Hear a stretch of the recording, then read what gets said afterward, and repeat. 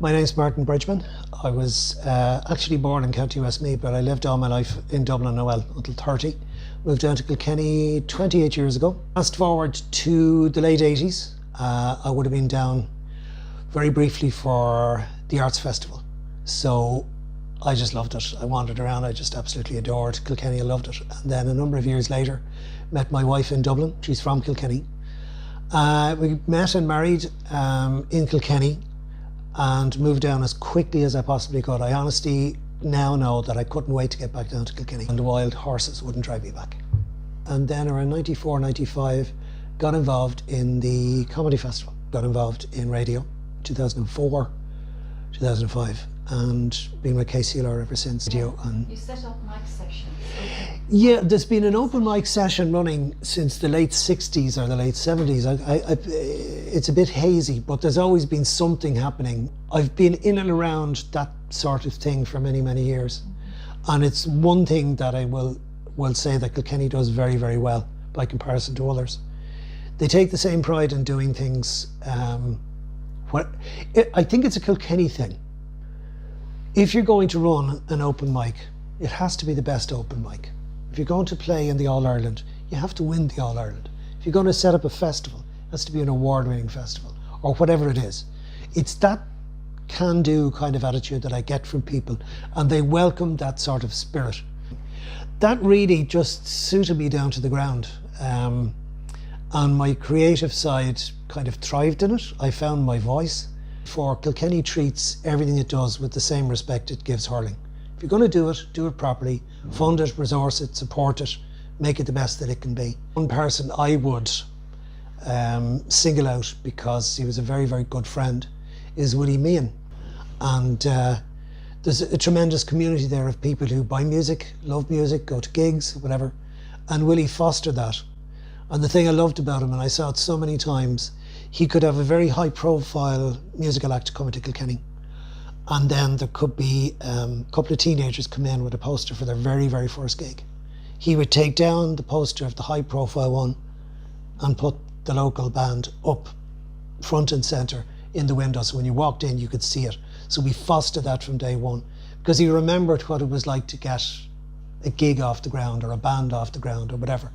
Whatever needed to get a gig off the ground, Willie was the guy to do it. And he inspired me, and he inspired a lot of people. When he passed away, not that we didn't know, but it was absolutely stunning to see the range of musical people from literally all over the world who were so sad to hear about his passing, who understood what he did, who appreciated what he did, who shared stories of what he did. There were tributes from large record companies and individual artists who he had helped quietly. Sort of thing he would do would be, he'd ring me and say, look, so-and-so needs a lift from Rosslare to Kilkenny, he's doing a gig, and then he'd have made a phone call to get that person from Kilkenny the following day to Limerick or whatever. And that was the sort of practical thing that he did. I don't know if he ever made money out of it, but I don't think that was ever the intention. It was getting the best music and interesting music, and music you wouldn't hear of. And again, it's only afterwards when you meet people from outside Kilkenny, you would go, you know, you had this person and that band played there. That very first gig of so-and-so I saw in Kilkenny at the Roots, or wherever. So he's the single, I would say, the single most influential person. There was a guy called Sam Baker who had the most amazing backstory. He was involved in a terrorist incident in South America and was very seriously injured. Had to relearn how to play the guitar, had to rebuild his life. And Willie gave me this little pencil sketch of this guy. He says, you'd love him, talk to him. I was doing this radio program where I interviewed people. He said he'd be brilliant. And he was out of this world. But he taught me one valuable lesson. He came into the studio and he had a fascination for detail, because, as he said, he spent 18 months lying in the flat on his back. He had nothing else to do. So his writing changed, his way of looking at the world changed. And he was telling me about all these things he'd seen when he walked around Kilkenny. And I'd be, 14, 15 years there. I was going, where's that? And he'd describe it. And I was going, I didn't see that. He says, yeah, you need to look up. You look up, you see more. And then he told me this story. We were inside in the studio doing an interview, and he told me this story to finish off, because he started telling me before we started the recording. He said, I saw this girl and she'd got this amazing hair, and she had a black jacket, black jeans, and these really red sneakers. And he said, I just noticed her because I'd noticed these things. And I said, I wonder what her story is. I wonder where she comes from. I wonder what's behind it. And I said, is that how you write your songs? And he said, well, sometimes. Because he taught me to look. We walk past the castle, we walk past the river, we walk past all of these things because we don't see it. But here was somebody with fresh eyes going, look up, you'll see more, you'll see more. That was fine, and it was a wonderful interview. Again, Willie was absolutely right. He said, you will get on really well with him, you will love his story. He said he made a great interview. He will make a great interview, and he was absolutely right. So that was grand. So we said our goodbyes. I dropped him back down to Clears where he was getting ready for the gig, and I drove home. And my daughter walked around the corner wearing a black jacket, black trousers, red sneakers, and her hair was kind of mad at the time. But, you know, that's absolutely true. I couldn't make that up. But that's the sort of thing that getting back in the creative part of my life brought me. What's your favourite place in Kilkenny and why?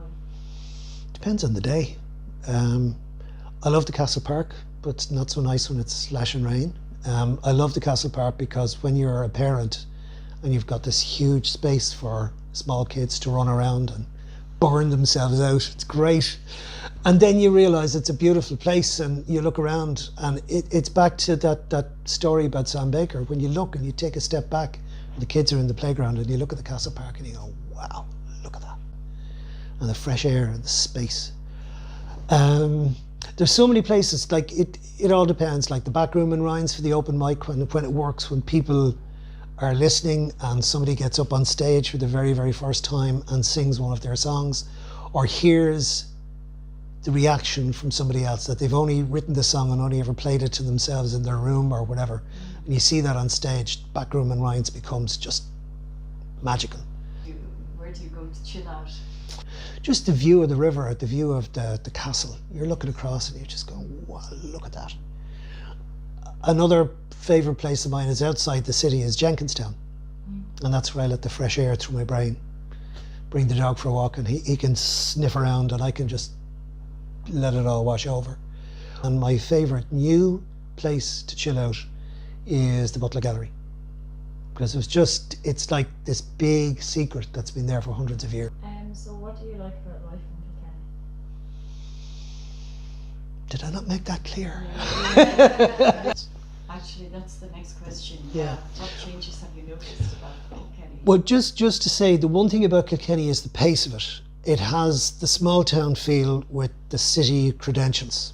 As I've always said, Kilkenny is a city by charter, not by dimension. And somebody, I think it was Malcolm Noonan, called it the 20-minute city. You can walk from one side of the other in about 20 minutes. So it's a city in its head. It's a city on paper, but it's a town. And there's that lovely town feel where you know people, you can meet somebody, you know pretty much every day you walk down the town. It's not big and anonymous like a big city. That's what I love about Kilkenny, and it's my opinion, that it's managed to balance the economic hospitality industry with the cultural aspect of the town.